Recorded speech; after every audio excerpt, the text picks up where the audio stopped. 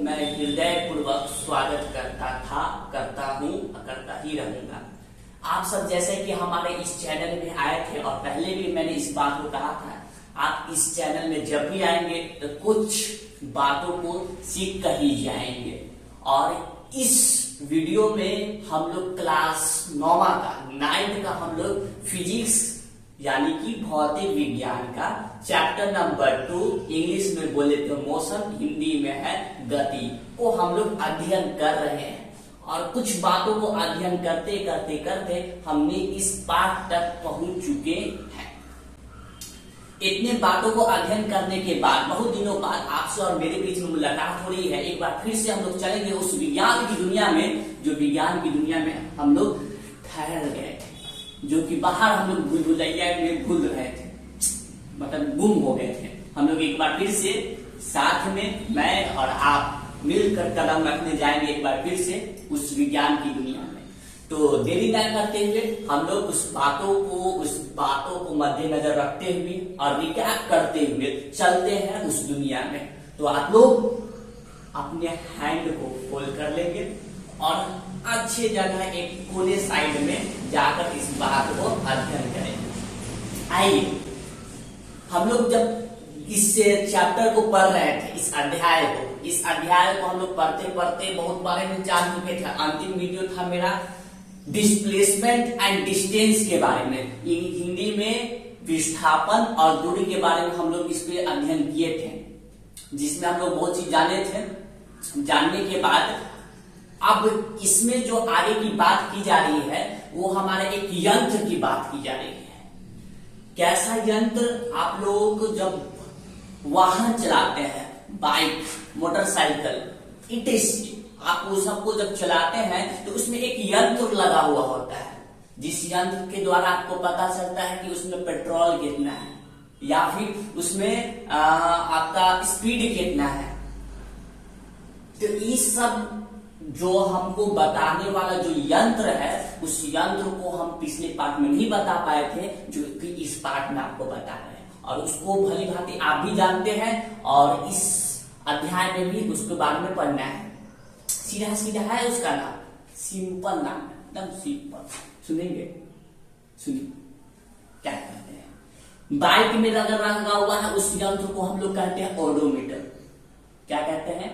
Odometer, जो bike में लगा हुआ रहता है, ठीक है। और जो गाड़ियों में लगा रहता है, यानी कि कार की हम बात कर रहे हैं, उस कार में जो लगी हुई रहती है उसको हम लोग कहते हैं स्पीडोमीटर, जो कि आपको मेरे पीछे दिख रहा होगा बैकग्राउंड में।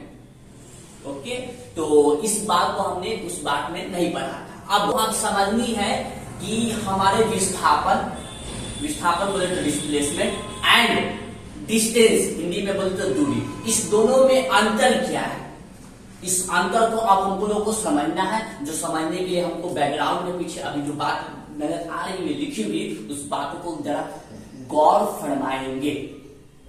तो अब हम लोग इस पार्ट को नहीं, इस टॉपिक को अब हम लोग समझते हैं। देखिए, आपको जब भी आए प्रश्न कि ये दूरी और विस्थापन में अंतर क्या है, तो सबसे पहले आपको करना क्या होगा, आपको जिस तरह मेरे बैकग्राउंड में नजर आ रहा है, उस बैकग्राउंड में आप लोग इस तरह के कॉलम बनाएंगे। किस तरह का था? जो एक तरफ आप लोग लिखेंगे, दो के बारे में अंतर बताना है ना, एक दूरी के बारे में, एक विस्थापन के बारे में। तो आप इस साइड में दूरी लिख लीजिएगा और इस साइड में विस्थापन लिख लीजिएगा। उसके बाद 1 by 1 कर आप उसके दोनों के बीच में अंतर बताया करेंगे, ठीक है। तो इस तरीके का कॉलम ही होना चाहिए, तभी आपका जो एग्जामिनर होता है, जो लेता है, वो आपको इसको देखकर प्रभावित होकर ही नंबर देगा, ऐसे नंबर देता नहीं है, ठीक।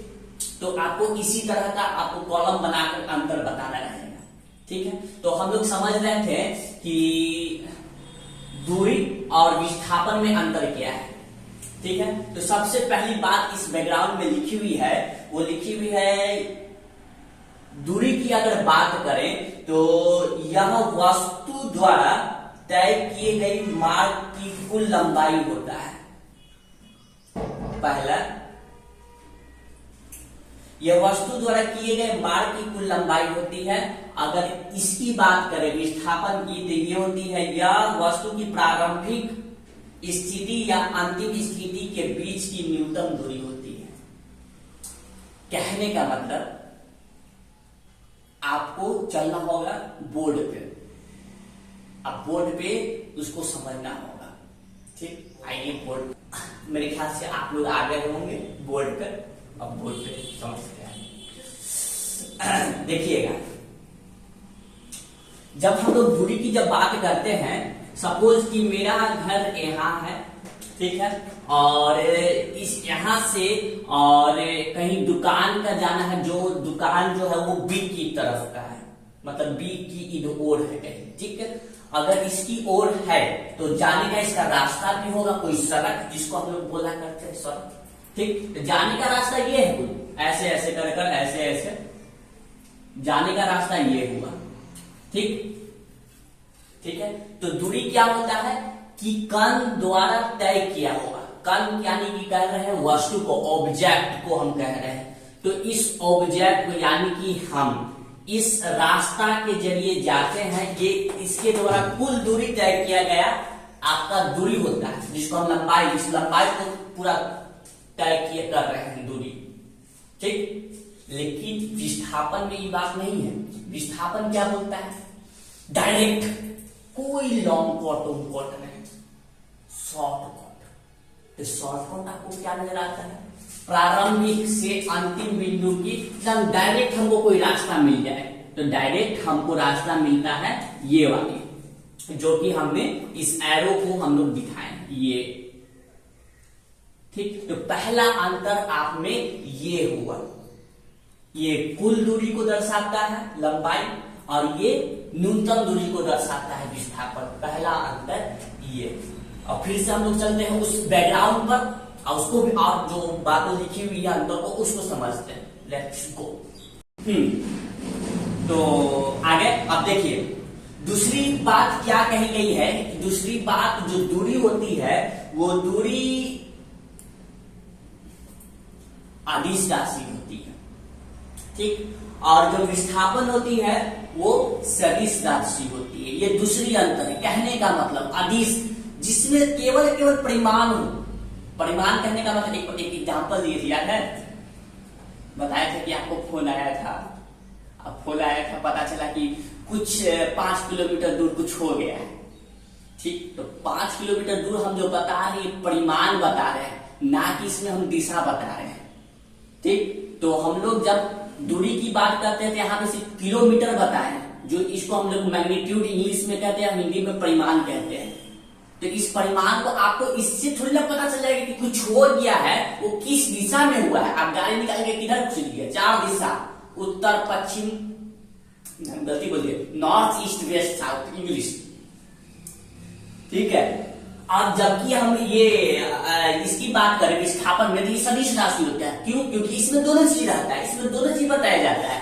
किलोमीटर यानी कि परिमाण भी बता देगा, और साथ में वो बता देगा कि जाना किधर है, दिशा, दोनों, ठीक। तो ये दूसरी आपका अंतर हुआ, ये अदिश राशि, ये सदिश राशि, ठीक है। ये बात समझ में आई आपको? आगे और तीसरी बात कहा जाता है कि जो दूरी होती है ये सदैव धनात्मक हो सकती है, यानी कि प्लस में। ऐसा कभी हो सकता है हम दूरी तय किए और हम जो चल रहे हैं वो माइनस में चल रहे हो, मतलब दूरी तय करने पर हम लोग माइनस चल ही नहीं सकते, कुछ ना कुछ दूरी तय करेंगे, ठीक।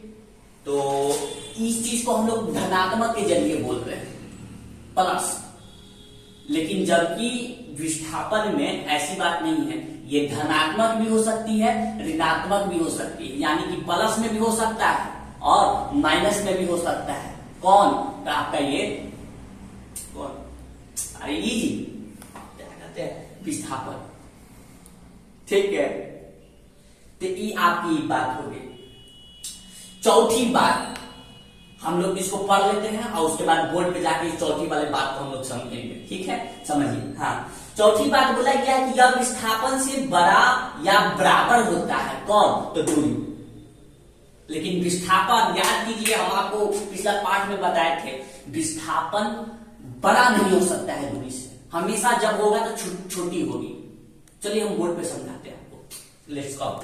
तो आइए हम लोग उस बात को पढ़ें जो समझते हैं कि बात हमने आपको क्या बताया है, ठीक है। यहाँ पर आप देख सकते हैं हम ए के पास थे, यानी कि मेरा घर, बी हमारा यहाँ है, यहाँ कहने का मतलब क्या है कि जहाँ दुकान है हमको यहाँ जाना है, इसका जाने का मार्ग ये था, इस लंबाई से हम जा सकते थे, ठीक। इस लंबाई को अगर देखिएगा तो ये लंबाई काफी बड़ी है, ठीक। जबकि विस्थापन बोलता है क्या कि विस्थापन कभी कभी बराबर भी हो सकती है और बराबर होती है और छोटी होती है, इससे दूरी से छोटी होती है। यहाँ पर आप देख सकते हैं यहां से यहाँ ये जो है कुल दूरी है, और ये देखिए आपका विस्थापन, ये न्यूनतम है, ये दूरी है, ठीक। तो कोई ऐसा केस आता है जिसमें विस्थापन आपका बराबर हो सकता है, लेकिन दूरी से तो छोटा ही होगा। ये बात है आपका चौथा पॉइंट कहा गया है, ठीक है।